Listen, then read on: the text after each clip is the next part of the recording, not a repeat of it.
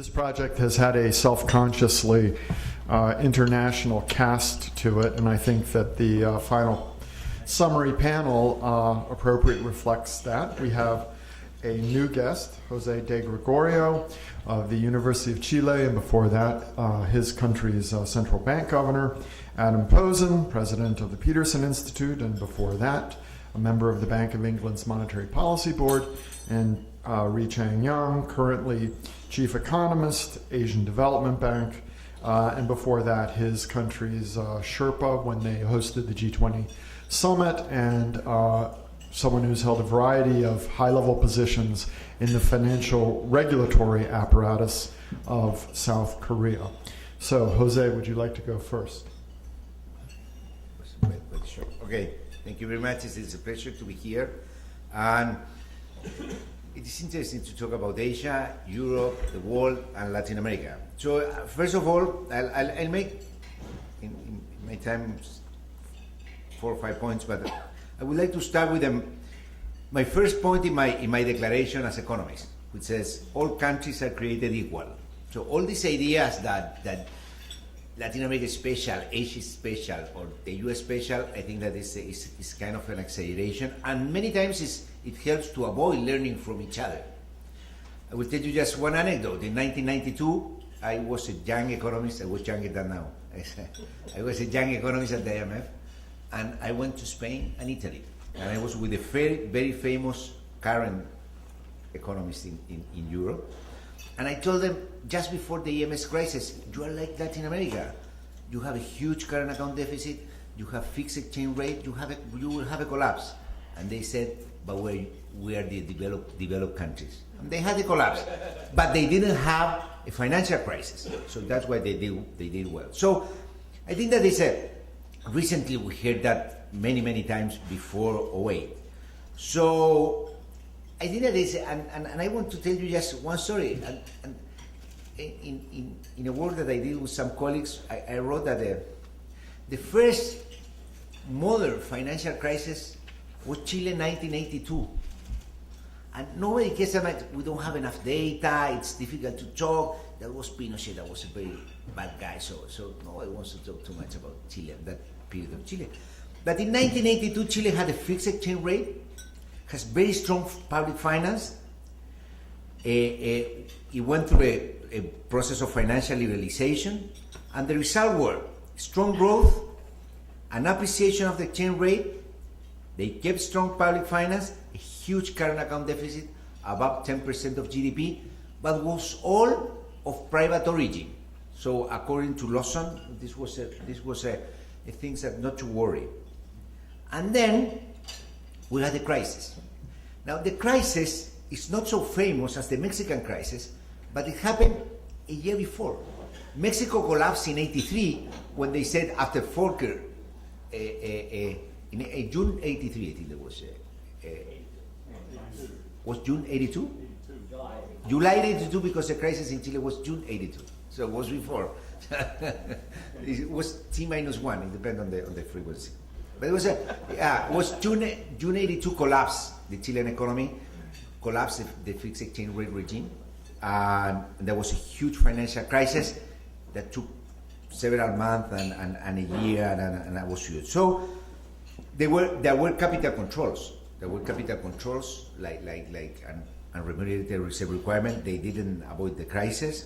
So it's quite an interesting experiment. It has a credit boom, financial collapse, and a currency crisis. So I think that and what did we learn? Many things. We learned that financial innovation is a risky business. So it doesn't mean that you just go up with a huge financial system, but if it is not well regulated, of course, it's dangerous. And we have seen that the countries that went through credit booms and through very high ratios of credit to GDP, they had collapsed. But we also learned, not just in Chile, everywhere, that when there is a high leverage, the recovery is much slower. And this is, today I see that in the US, in Europe, they say, well, we have a slow recovery, and slow recovery is because high leverage. But that has been all the story in Latin America. For the first time, we didn't have high leverage and we recovered fast. So I said, what's going on today in Latin America and also in Asia, perhaps for the first time, is what used to happen in advanced economies.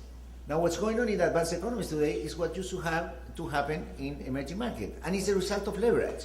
So this leads me to that issues that I would like to discuss, the original sin. I think that the original sin is maybe a little bit oversold, because there's all this idea that you cannot, that foreigners don't borrow in your home currency, but you don't need to issue debt in financial markets. They can go to your country to buy it. And the second thing is that when countries usually issue in global markets bonds, is the experience of Chile, the ones that demanded are locals that are in global markets. So at the end, it's the same. So I'm not so sure, but that's. But then this leads me to the second point, and I think that is an important lesson from Asia to Europe and the US, and especially to Europe, and it's the Japanization of Europe. And there is, of course, the interesting discussion in the book. I tend to think that Japan, my very, very kind of summary of my view on Japan, after being very also curious about why they had not just the usual lost decade, but the lost 2 decades, is leverage.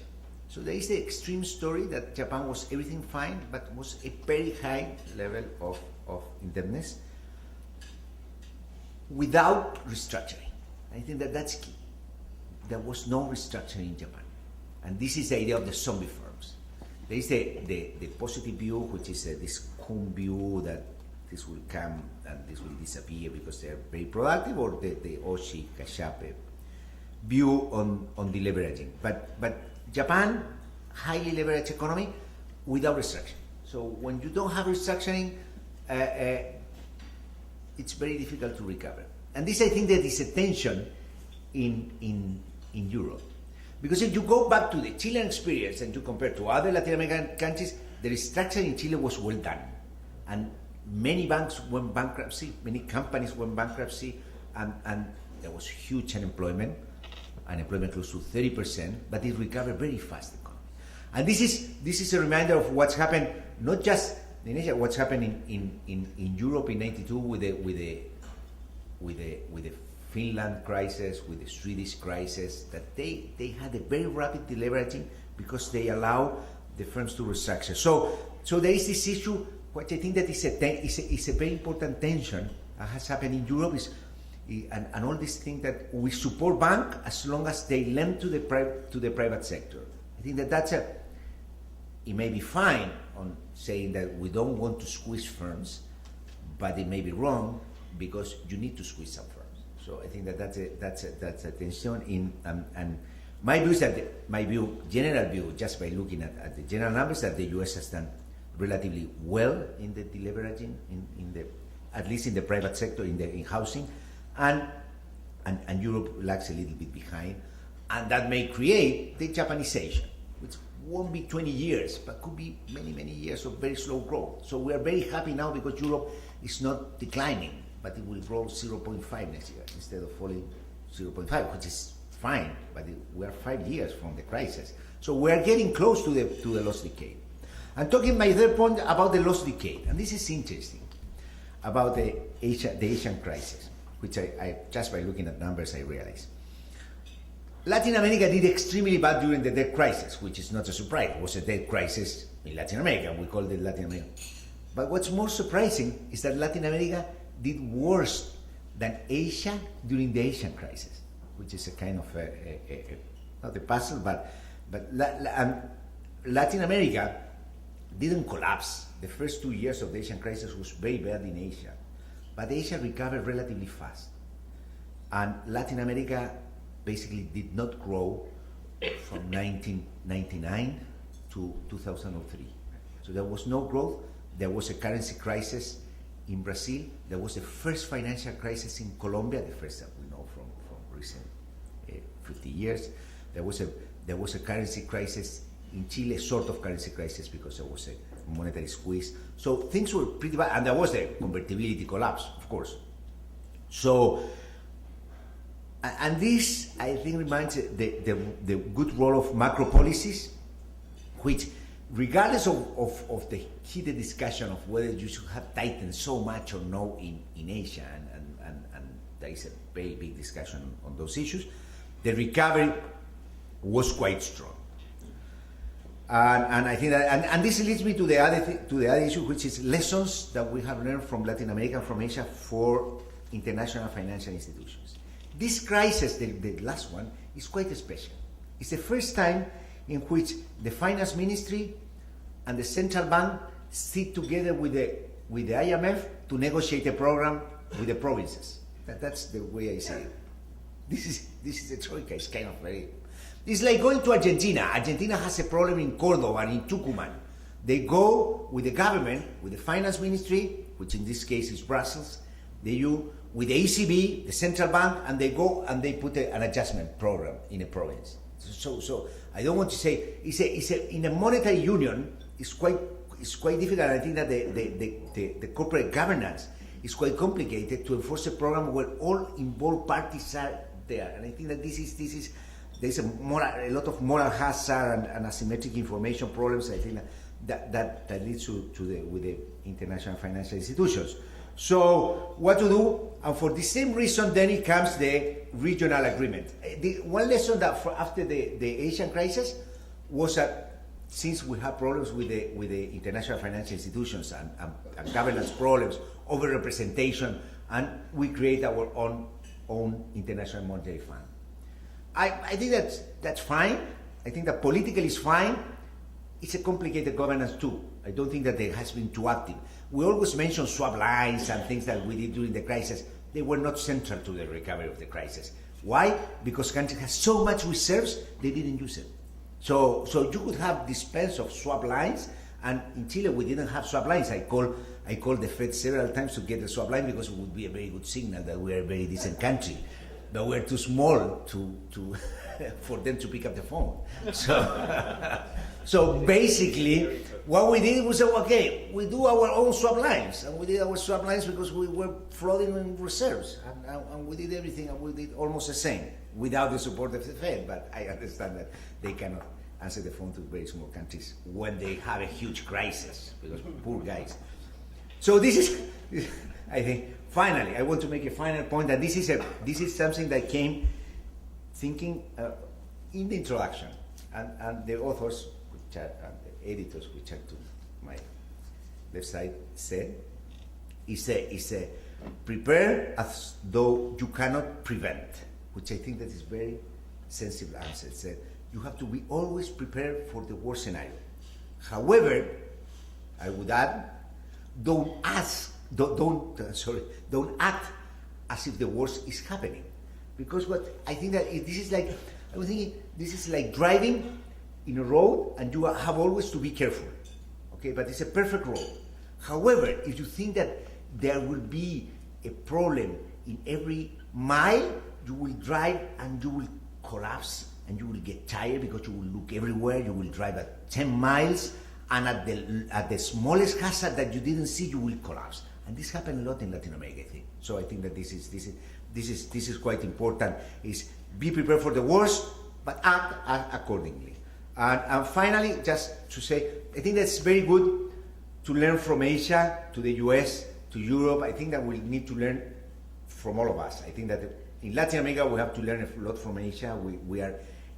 Asia has been always the symbol of prudence, high savings, growth, and we are a lot of political conflict, inequality, and all those more deep things. And I think that I hope next time we'll learn lessons from Latin America to Asia, and from Asia to Chile, and to Latin America, and everywhere. So, but it's a great book. It's quite interesting. Most discussions up to date, and cover most of the issues. Not just Asia, not just Europe. Is to learn economics, because at the end, all economies are created the same. Thank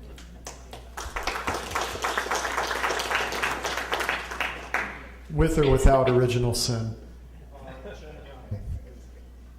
Let me first say that Asians shouldn't be complacent, because you mentioned Asia is better, but when we make a joke that our problem is quite different, and actually our problem is easier because when we talk about middle-income travel of Latin American countries, I told our Asian policymaker that in order to be middle-income travel, we have to be middle-income first. So I think somehow our problem is quite different and much easier maybe. Since I have talked a lot, so let me be very quick, very short. After we write down this forward, I had a chance to discuss several policymakers while we are doing it. And especially, we wrote this forward before India and Indonesia financial turmoil started. So they actually ask very specific questions. And given that our findings, so probably we have to write the forward again and then give a more concrete answers. There are 5 questions they are asking in general. One is interest rate policy. Can Asia, if these things happen, similar things happen in Asian countries, can you do the QE, in some sense, enormous expansion of monetary policy? My personal answer is no, as I explained. But still, many policymakers, especially our chapters, say QE is quite effective in US and Europe. What is our answer to Asian economies? I would recommend them to do QE or not. I think we have to have a position. Second is a well-accepted position that fiscal stance is very important. In normal times, build up the fiscal spaces, so in a very difficult time, so we can use it. So maybe one lesson that we learned from 1997 IMF program, maybe IMF program changed from tight fiscal policy to the loose fiscal policy later. Or maybe from the beginning, if you have a space, maybe using fiscal expansion fiscal policy may be more relevant. But we have to discuss. That's one issue. The second issue. The third issue is exchange rate flexibility. Now many Asian policymakers accept that maintaining fixed exchange rate at this time of crisis can be a very bad policy because it can waste reserves. So now they are more flexible. In some sense, it's well accepted from the experience in 1997. They understand the importance of flexible exchange rate. So that's good news. But on the other hand, the other lesson which is very important is the importance of reserves. I think they do not say, because it can cause a more political problem, but bottom of their mind, heart, reserve is important. Reserve is important. India, Indonesia now, after the short period of financial turmoil, the market stabilized. But why is it? Because they can say, unlike 1991, that time India has only less than 1 month of foreign reserves than import. Now they have 7 months of import. Indonesia is now 5 months import. So they are now, do not say explicitly, but I can see their discussions that they may try to build the reserves maybe 10 months of import because self-insurance is more safe. So policymaker has no mechanism to endogenize the cost of reserves holding, so politically. So this may be a very difficult issue for IMF to address later. Last, more important one is resolution of the banks and the bad banks, basically. I think the argument that U.S. and Europe cannot set up bad bank because of the time was so critical and no time. I think that won't be very well accepted by Asian countries, as I mentioned. And from the beginning of 1997 program, bad bank was advised because that will be a best way to address the spillovers of the bank failures. So now but it's very difficult now to convince the Asian policymakers whether they have to monetize the debt to save to make the bad bank continue. I mean, the yielding banks continue their operations, or really we have to set up the bank and do the resolution and P&A. That is a very difficult issue. At this moment, if IMF and Western leaders say that, okay, because of governance problem, you have a more crony capitalism, so unless you do the bad bank, there will be more negative impact. So bad bank is because of your crony capitalism, they will be hurt. So I think that won't be well accepted. So we should have personally, I think that the advice to set up the bad bank, do the very aggressive capital injection and quick financial reform, I think was a good advice. But I'm a minority. Now, when I talk to many government officers in many Asian economies, they say, look what happened. The bad bank is bad idea. And even Europe and US didn't do it. So that was one lesson that is very difficult to persuade them at this moment. Lastly, now we have a very important implication of the monetary policy management. Now, together with the QE, Operation Twist is used. So these are the kind of issue when in normal times when many Asian economies want to intervene in the longer term end of interest rate, government bond, by doing the operation twist, because argument is that Asia's capital market is not well developed. Even though we control the short-term interest rate, the transition mechanism is not good. So we rather try to intervene in the long-term end. Then the typical advice from the IMF and the textbook is that can create many distribution impact and there's not many problems. So it was not recommended. Now we saw that as a part of a QE, Operation Twist was used as a very effective tool and widely used. So now when the situation become normal, when the Asian Central Bank want to do the Operation Twist directly targeting the longer term end of the interest rate rather than just a short term money market, should we say that this is a good policy or not? So these are the kind of 5 questions that I gathered from the discussion of the policymakers.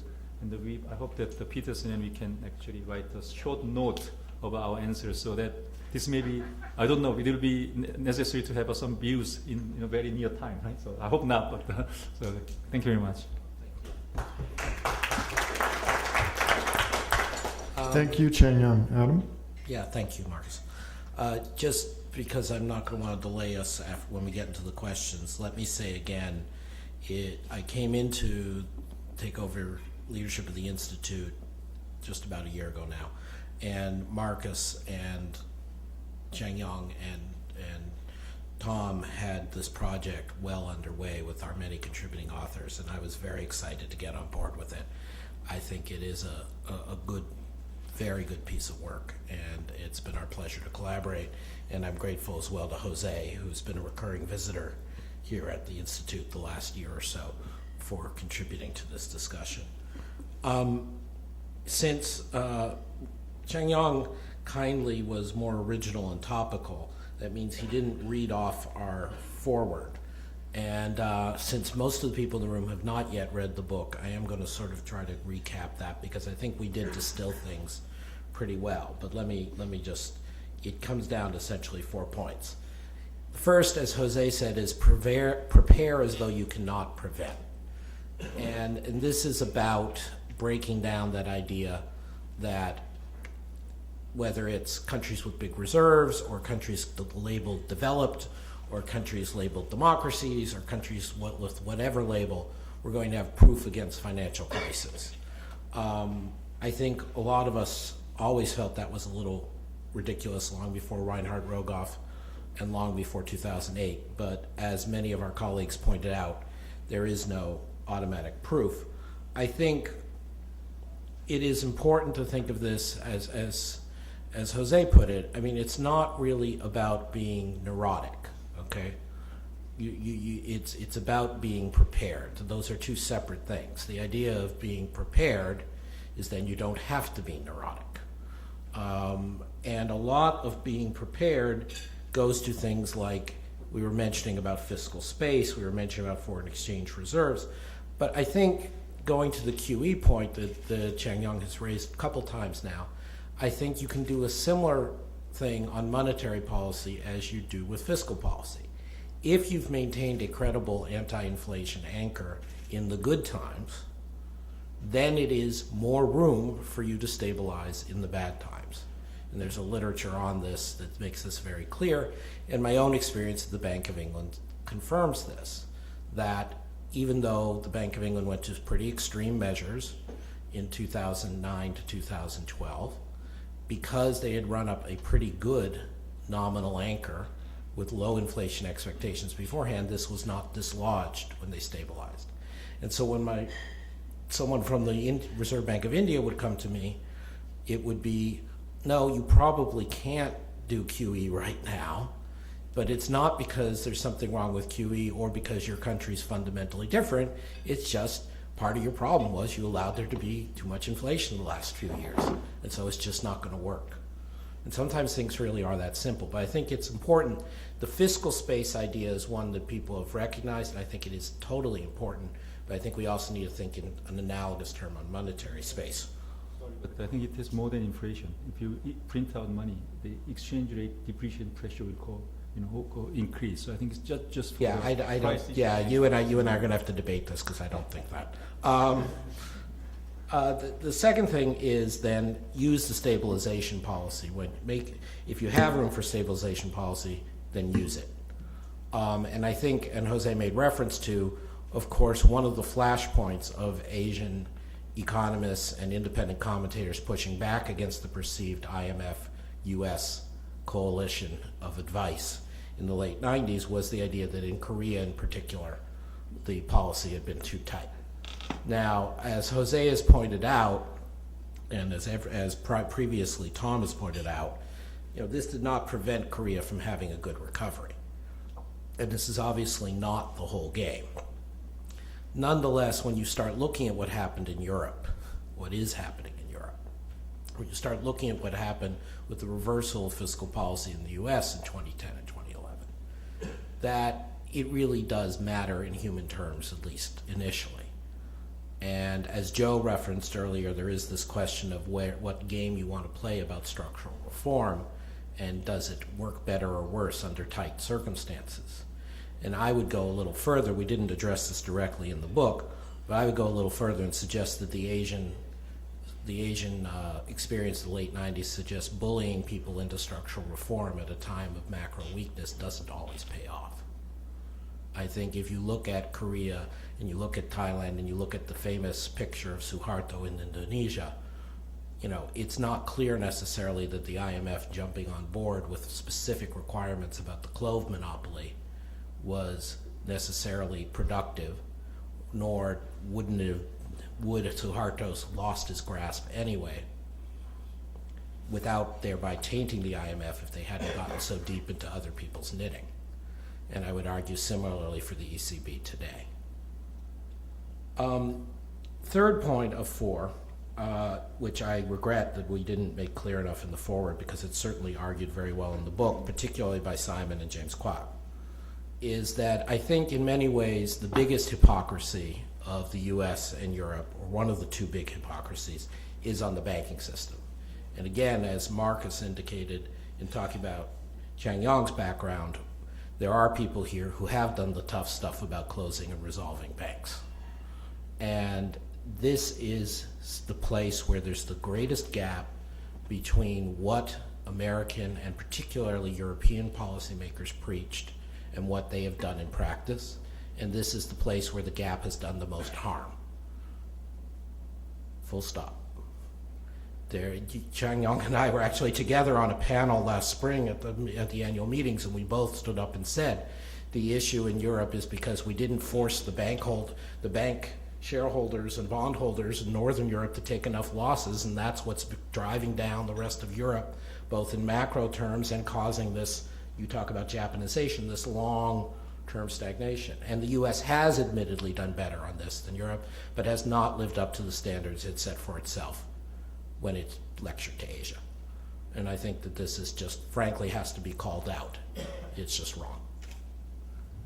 Finally, I think the most complicated and controversial, in some ways, issue of the book is the one Chong Yang has written about, Ted Truman has written about, and comes up recurrently in the background, which is how we manage the relationship between regional self-insurance schemes, or mutual insurance schemes rather, and the international one of the IMF. And as was seen on Chang Yong's bullet points, and was very clear in Ted's talk, there is this question of when you're looking after your neighbors, are you going to go soft? And again, I think the experience in Europe right now demonstrates the answer is yes. That is what happens. Now, going soft is not necessarily the end of the world if you can make it up in other ways. But it does erode the credibility of the system, and it does erode the sense of fairness in the system, which I think is very important. And it fundamentally erodes the transparency of the system because you're having much more ad hoc and inconsistent application of principles. Or putting it differently, I totally back Ted Truman's statement that and Jose's restatement of it, that had the IMF been properly governed, we would not have had a troika. It would have been the IMF putting conditions on the euro area as a whole. And it is a shame that Europe, or the people who are leading Europe, took us down that path. And that, I think, for better or for worse, shows you why there will be continued regional developments around the world in terms of regional financing agreements, even though, as I think many of us have said today, the IMF analytically and in terms of its advice has actually learned a lot from the Asian crisis. Some of the advice it gave during the Asian crisis was right, and is actually providing good analysis and advice now. Unfortunately, that's not going to be enough in the world where the Europeans give themselves enormous rope. Thank you very much.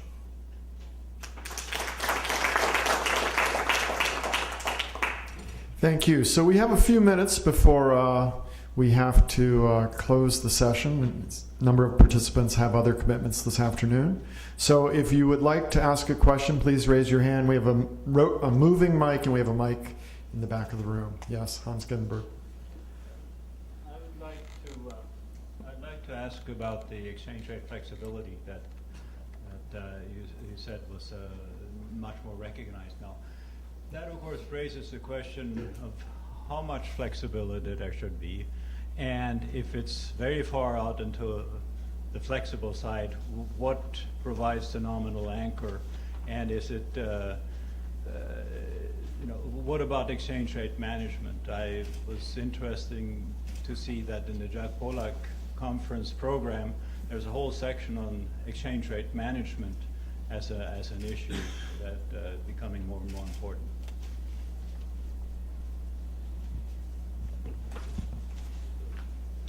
I think when I say that they recognize the importance of flexible exchange rate, I mean short term.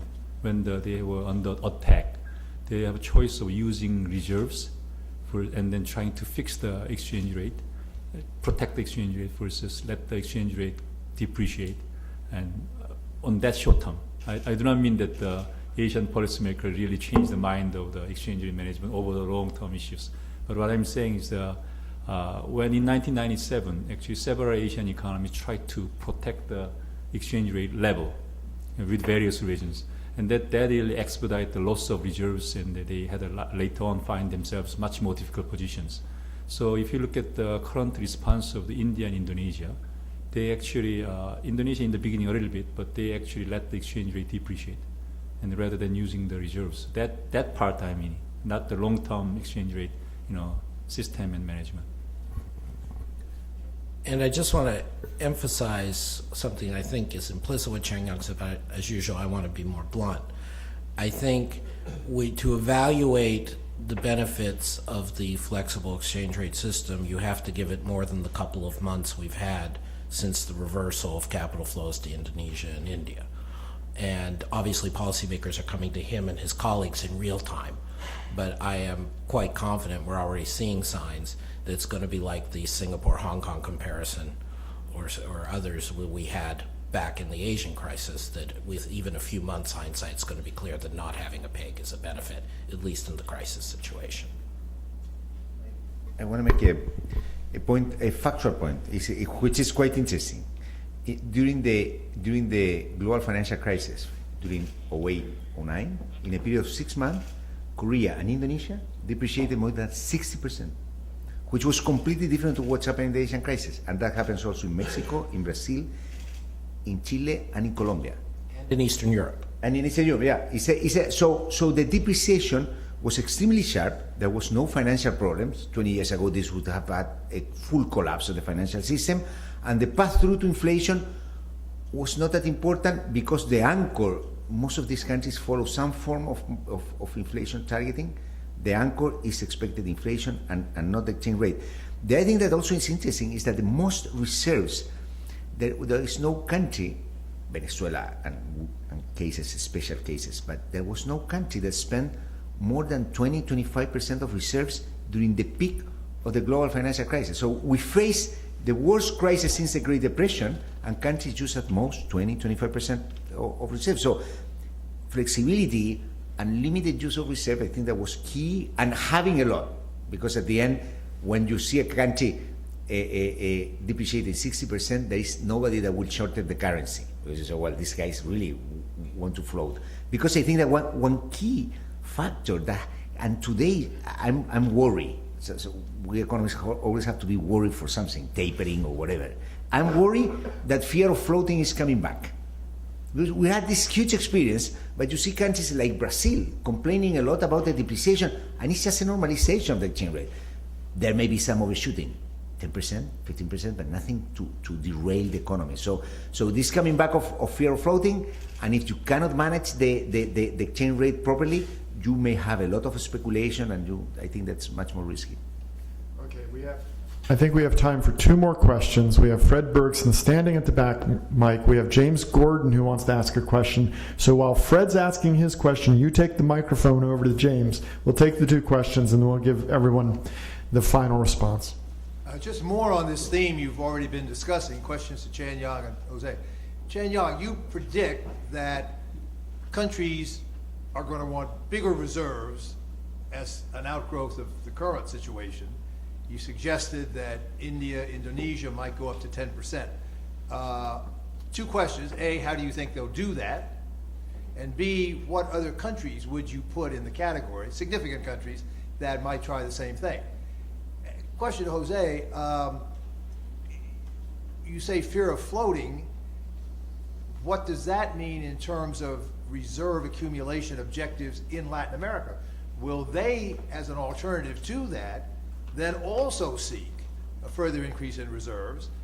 Who do you think might be in that category, and how might they go about it?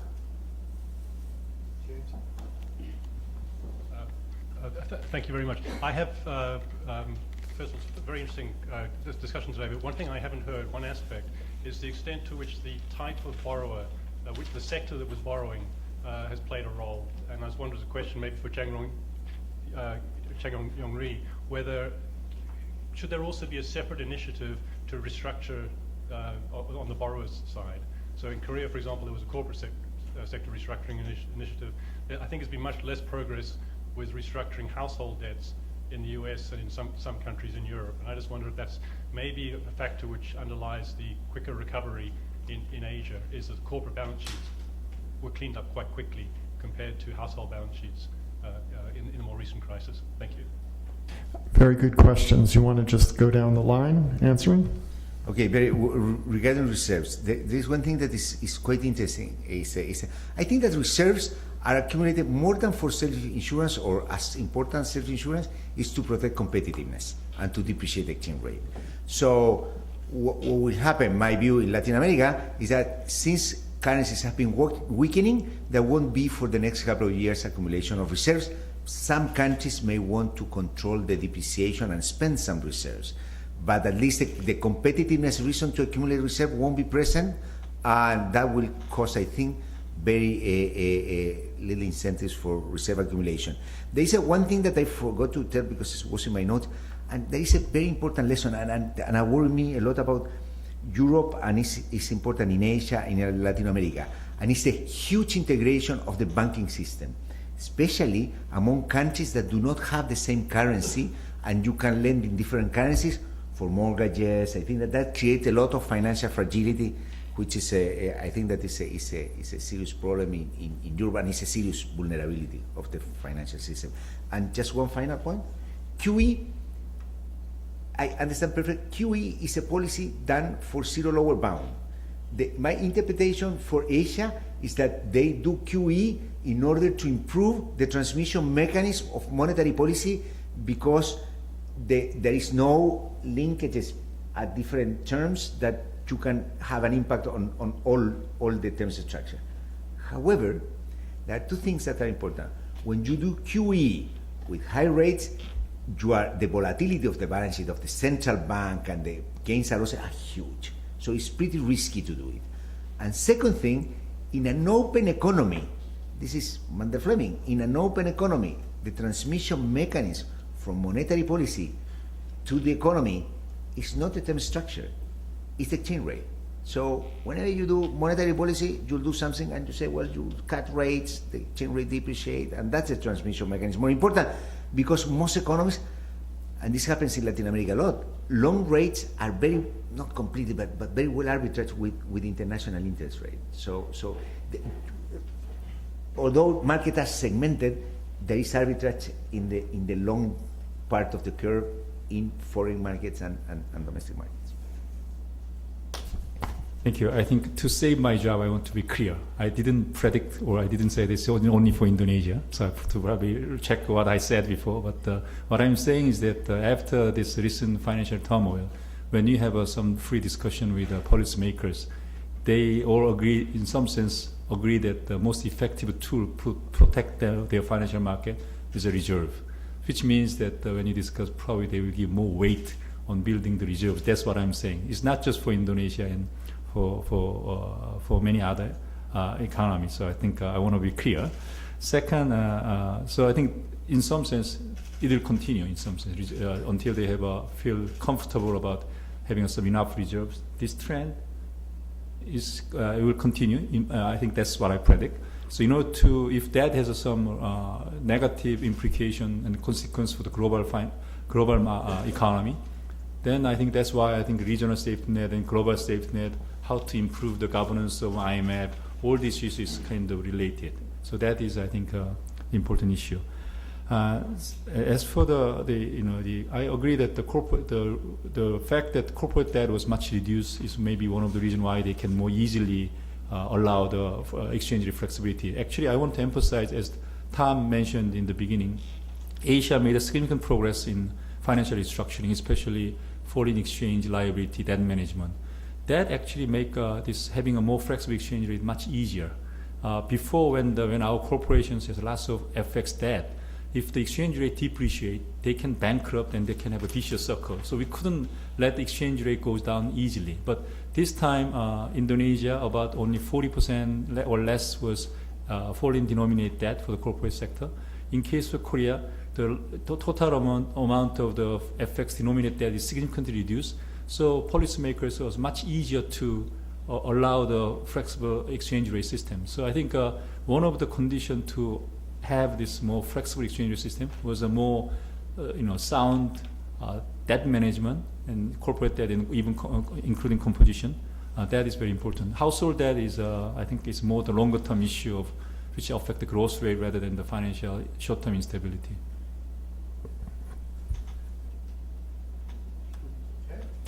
Well, I would like to thank all the authors and participants in this study. I'd like to thank Jose de Gregorio for coming up, and of course Cheng Yang and Adam for both participating this morning, but also editing this volume. And most of all, thanks to you for braving a rainy day. Remember, it's responding to financial crisis. Lessons from Asia then, the United States and Europe now. I'm sure it'll make a fine holiday gift for many people in your lives. Thank you very much for coming. Meeting adjourned.